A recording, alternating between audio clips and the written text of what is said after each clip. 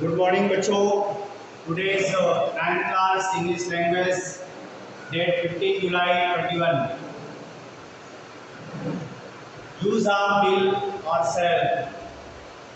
Will और shall का प्रयोग जनरली आप लोग जानते हैं कि विल और सेल का प्रयोग कब किया जाता है और कहाँ किया जाता है।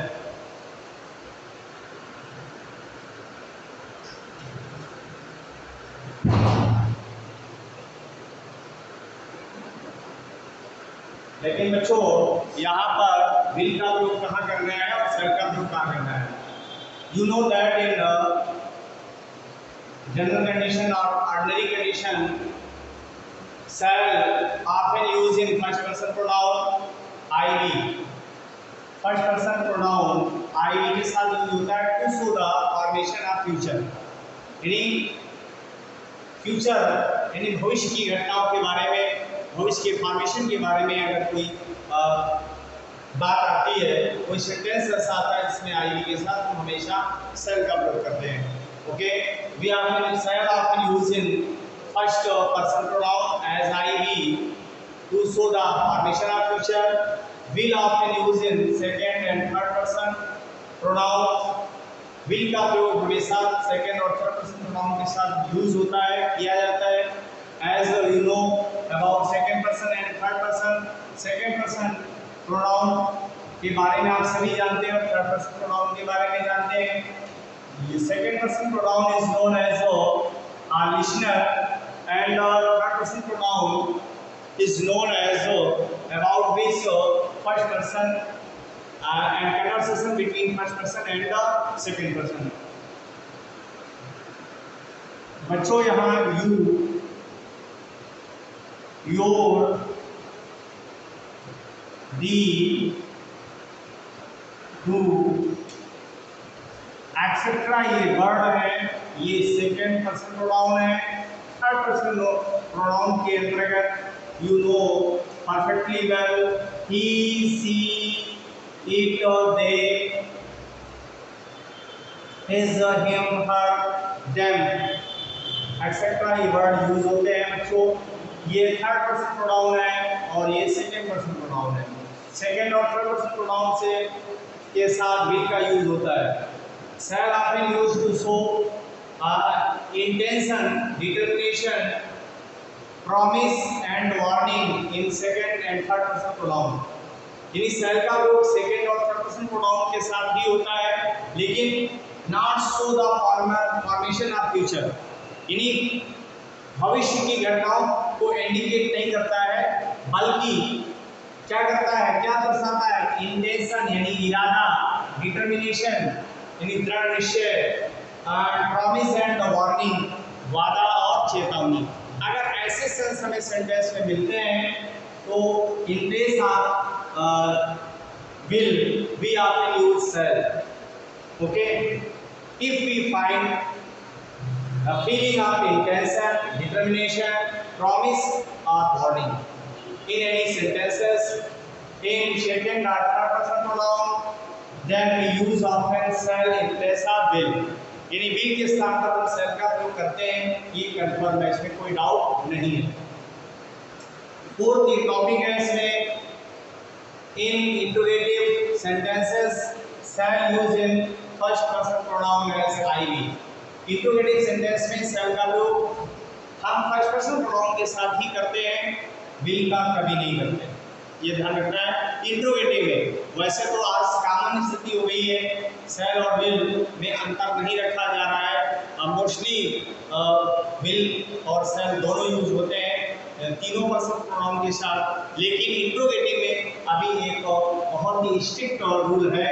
इंट्रोगेटिव में केवल और केवल फर्स्ट पर्सन प्रोनाउन के साथ shall का ही प्रयोग होगा, अदरवाइज सेंटेंस रॉन्ग हो जाएगा। आइए ये रूल हमने पढ़े, आप इसके बाद एग्जाम्पल के द्वारा कैसे इनको समझते हैं कि एक्चुअली ये सेंटेंस हमारे जो इसमें रूल दिया गया है, जो हमें पढ़ाया जा रहा है, जो हमें बताया जा रहा है, एक्चुअली से अप्लाई हो रहा है या नहीं हो रहा है, इसे भी हमें महसूस करना चाहिए। तो इसके लिए आइए हम लिखते हैं, जैसे सेंटेंस लिखा है I will by a new flag, तो यहाँ पे लिखा हो जैसे I will by a new flat, मैं एक नया फ्लैट खरीदूंगा। यानी यहाँ पर क्या शो हो रहा है, जबकि आई है फर्स्ट पर्सन प्रोनाउन है, फर्स्ट पर्सन प्रोनाउन के साथ सेल का प्रयोग होता है, लेकिन यहाँ विल का प्रयोग किया गया है। वाई? क्योंकि यहाँ पर हमें क्या शो हो रहा है, इंटेंशन यानी इरादा यहाँ पर दर्शाया जा रहा है। इरादा क्या है, I will by a new flat, मैं नया फ्लैट खरीदूंगा, अर्थात नए फ्लैट खरीदने का उसका इंटेंशन है, इरादा है, यहाँ पर दर्शाया जा रहा है। बच्चों समझ में आ रहा होगा। नेक्स्ट मैंने जैसे लिखा है डिटर्मिनेशन, डिटर्मिनेशन ये देखिए मैंने इंटेंशन लिखा है, इंटेंशन आ गया। डिटर्मिनेशन, डिटर्मिनेशन के साथ भी हम प्रयोग करते हैं जब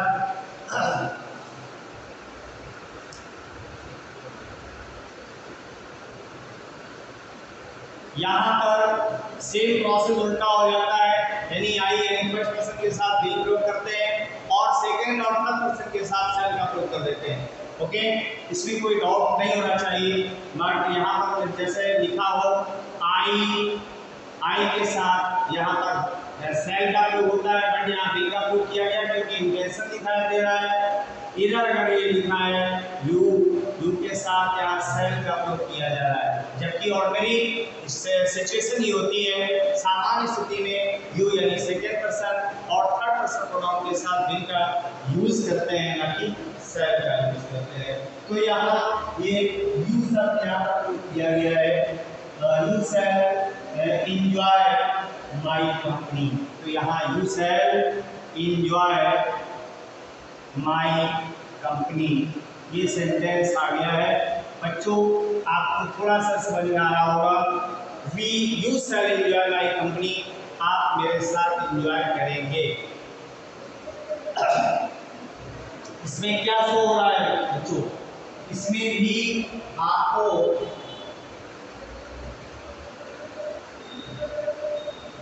प्रॉमिस है, इसमें प्रॉमिस वादा किया जा रहा है कि आप मेरे साथ एंजॉय करेंगे, ये यहाँ पर प्रॉमिस किया जा रहा है। ओके बच्चों, नेक्स्ट है डिटर्मिनेशन। जब डिटर्मिनेशन की बात आती है, जैसे लिखा हो वी विल डू और डाई, यहाँ पर वी शब्द आ गया है, वी विल डू और डाई। देखिए बच्चों यहाँ वी लिखा है, first person pronoun, third person pronoun के साथ विल का यूज हो रहा है। I first person pronoun, third person pronoun के साथ विल का यूज हो रहा है, जबकि सेल का यूज होता है। यहाँ पर वी के साथ सेल का यूज नहीं हो रहा है, बल्कि विल का प्रयोग हो रहा है। क्यों? वी विल डू और डाई, हम करेंगे अथवा मरेंगे। यहाँ पर डिटर्मिनेशन शो हो रहा है बच्चों। क्या हो रहा है? डिटर्मिनेशन। डिटर्मिनेशन मीन्स दृढ़ इच्छा शक्ति यानी मजबूत इरादा, स्ट्रॉन्ग डिजायर कह सकते हैं। ये बच्चों ये समझ में आ रहा होगा आपको। इसके बाद ये वार्निंग दी गई है, वार्निंग जैसे शब्द का प्रयोग किया गया है, we will teach you a lesson. तो यहाँ पर सेंटेंस जैसे दिया गया है,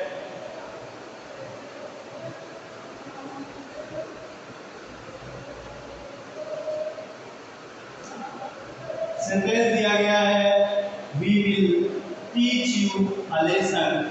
ये एग्जाम्पल नंबर 4 है, we will teach you a lesson. इसमें वार्निंग दी जा रही है,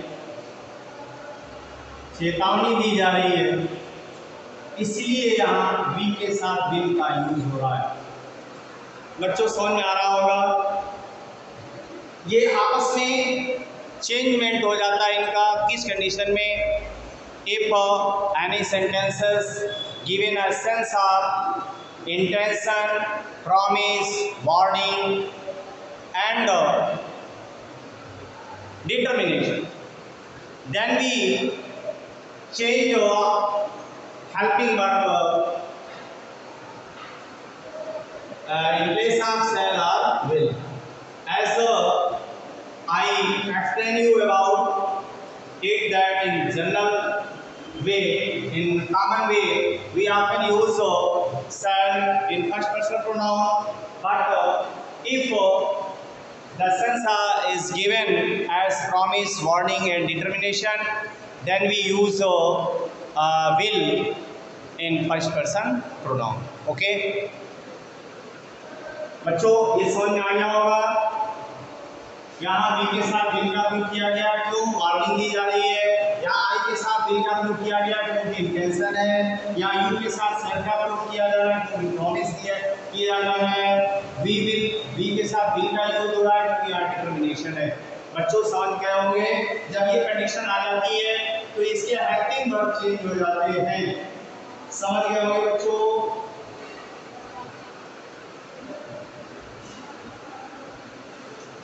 इंट्रोगेटिव सेंटेंस में हमेशा वही यूज होता है जो प्रयोग किया जाता है।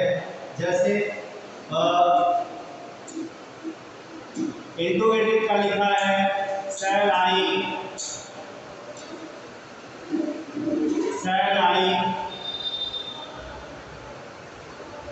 Help to that man. ये इंट्रोगेटिव सेंटेंस है। इंट्रोगेटिव सेंटेंस में बच्चों फर्स्ट पर्सन प्रोनाउन के साथ शैल का यूज होता है, ये ध्यान रखना है। शैल आई, ये आई यहाँ पर फर्स्ट पर्सन प्रोनाउन है, फर्स्ट पर्सन प्रोनाउन के साथ शैल का यूज किया गया। इंट्रोगेटिव सेंटेंस से क्वेश्चन मार्क लगा हुआ है। समझ गए होंगे बच्चों। अगर इसमें रिपोर्टेड स्पीच भी कोई सेंटेंस दिया जाता है, रूल नंबर 5 था, यहाँ पे लिख सकते हैं, लिख लीजिए। रूल नंबर 5, इन रिपोर्टेड स्पीच, यानी रिपोर्टेड स्पीच में अगर कोई सेंटेंस आ रहा है तो वहां पर भी हम किसका प्रयोग करेंगे बच्चों? कोई सामान्यता स्थिति में परिवर्तन होता है, लेकिन इसके अनुसार टेंस के अनुसार। समझ गए? अगर शुड शैल का पास्ट इक्विवेलेंट है, लेकिन इसका प्रयोग शैल के पास्ट इक्विवेलेंट के रूप में ना के बराबर किया जाता है, इसके बदले में सामान्यता वुड का प्रयोग किया जाता है। ये आप जानते होंगे, मैं यहाँ पे लिख दे रहा हूँ। Should is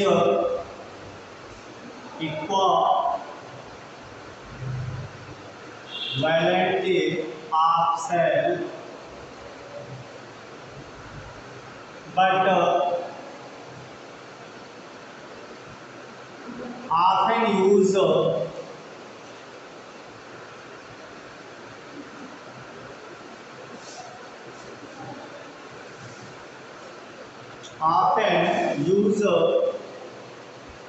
would in place of should in direct narration।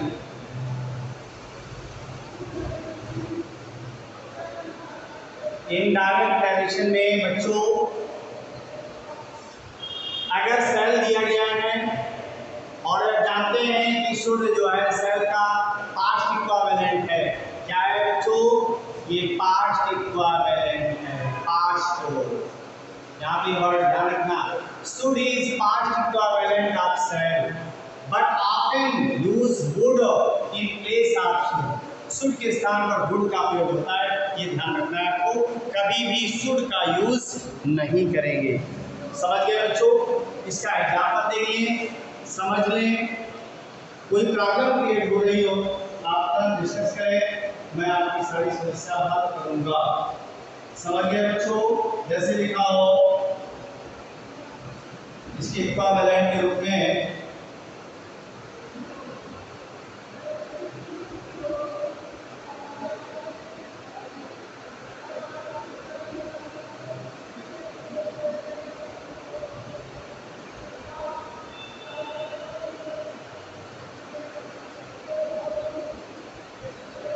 I shall buy this computer। Suppose that यहाँ पे लिखा है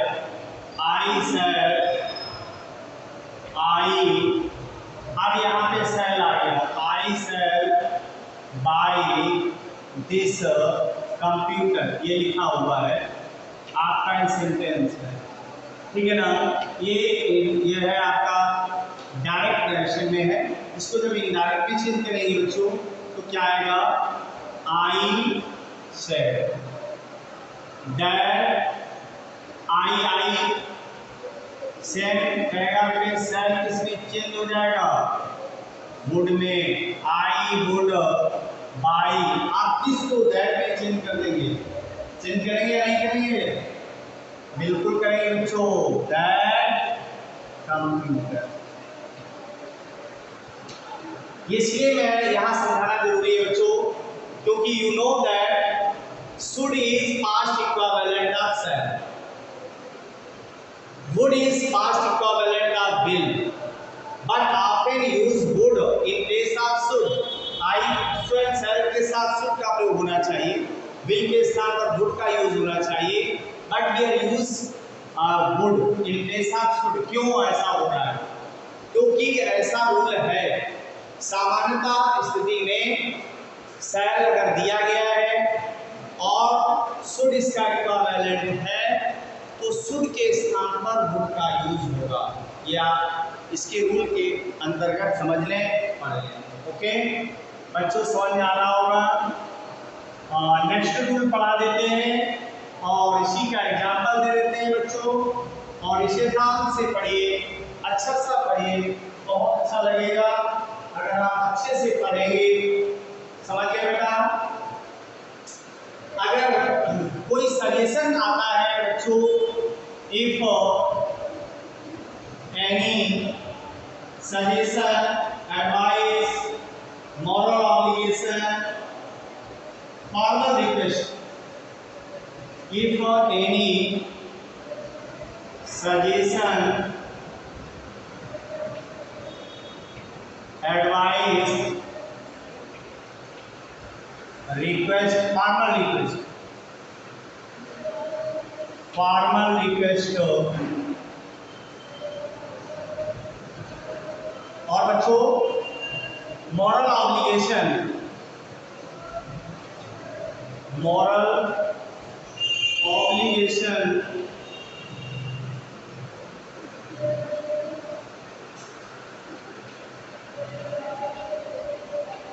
is given in any sentence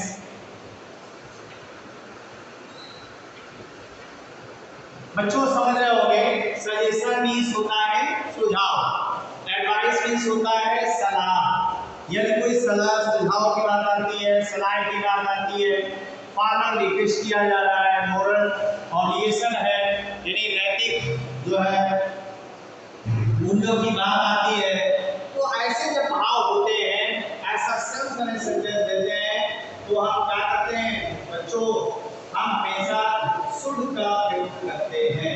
क्या करते हैं बेटे, शुड का प्रयोग करते हैं जब पर्पस दिया हो, ठीक है, रिक्वायरमेंट दी हो। समझ गए।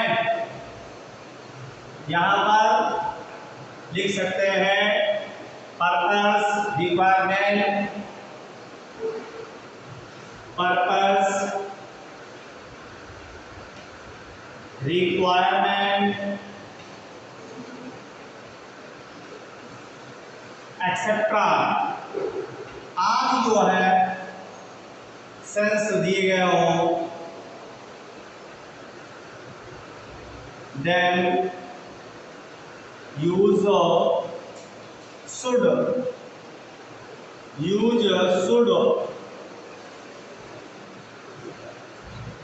टू मेक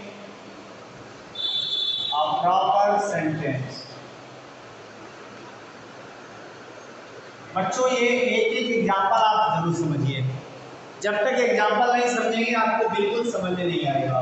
जैसा मैंने अभी एग्जाम्पल पढ़ाया आप लोगों को, एग्जाम्पल के द्वारा मैंने बताया आप सभी को, वैसे ही इसमें भी आपको समझना है कि सर ये क्या है, सजेशन दे दिया, एडवाइस दे दिया, फॉर्मल रिक्वेस्ट दे दिया, और मोरल है, ऑब्लिगेशन है, पर्पस है, रिक्वायरमेंट है।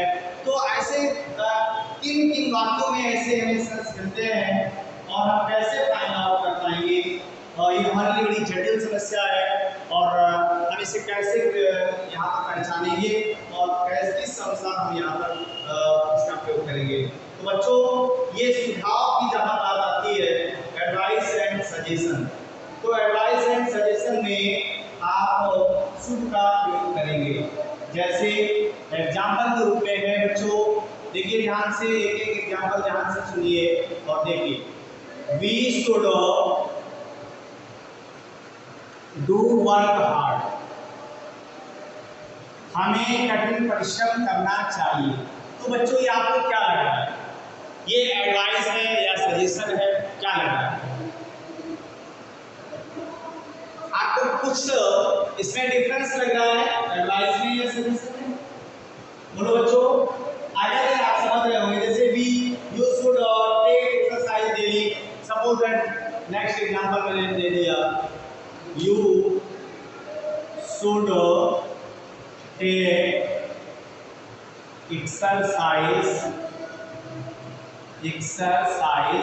डेली,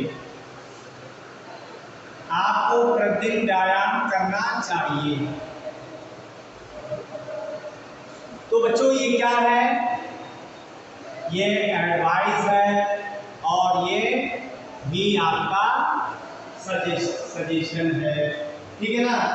अब आपकी ये मोरल ऑब्लिगेशन क्या होता है बच्चों, जैसे we should help the poor and needy, ये मोरल ऑब्लिगेशन में है।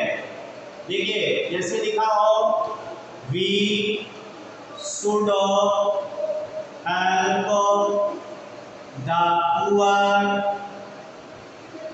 And needy person.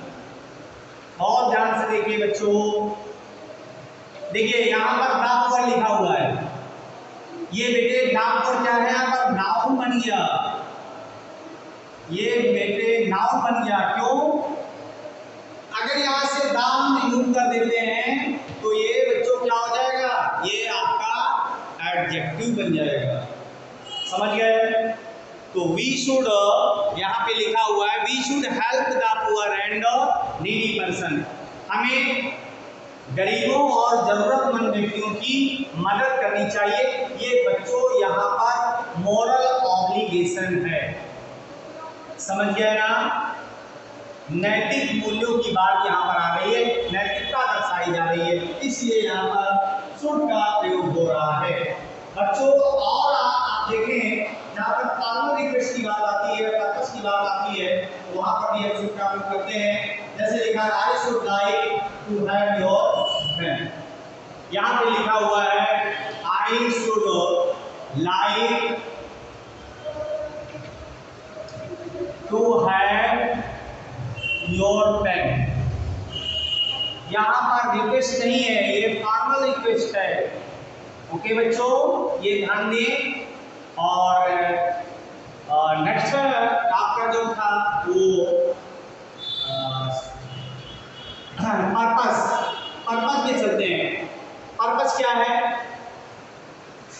पर्पस उद्देश्य, हमारा जीवन का एक उद्देश्य है या हमारे जो है एक लक्ष्य हमने बनाकर रखा है, work hard लेस्ट you should fail. तो यहाँ पर ये हमारा पर्पस है, work hard लेस्ट you should fail, यहाँ पर भी शुड का प्रयोग किया गया है, समझ गए। कठिन परिश्रम करें, कहीं ऐसा ना हो कि आप अनुत्तीर्ण हो जाए, असफल हो जाए। तो बच्चों ये आपकी सेल और विल की यूज की जानकारी रूल्स मैंने पढ़ाए, एग्जाम्पल आपको दिए और इसके द्वारा आप समझने का प्रयास करें। और मैं एक्सरसाइज सेंड करूंगा, आप सभी बच्चे नियमित रूप से रेगुलर हो करके वर्क सेंड करें और अच्छा परफॉर्मेंस दें। I am hopeful to you. Thank you all.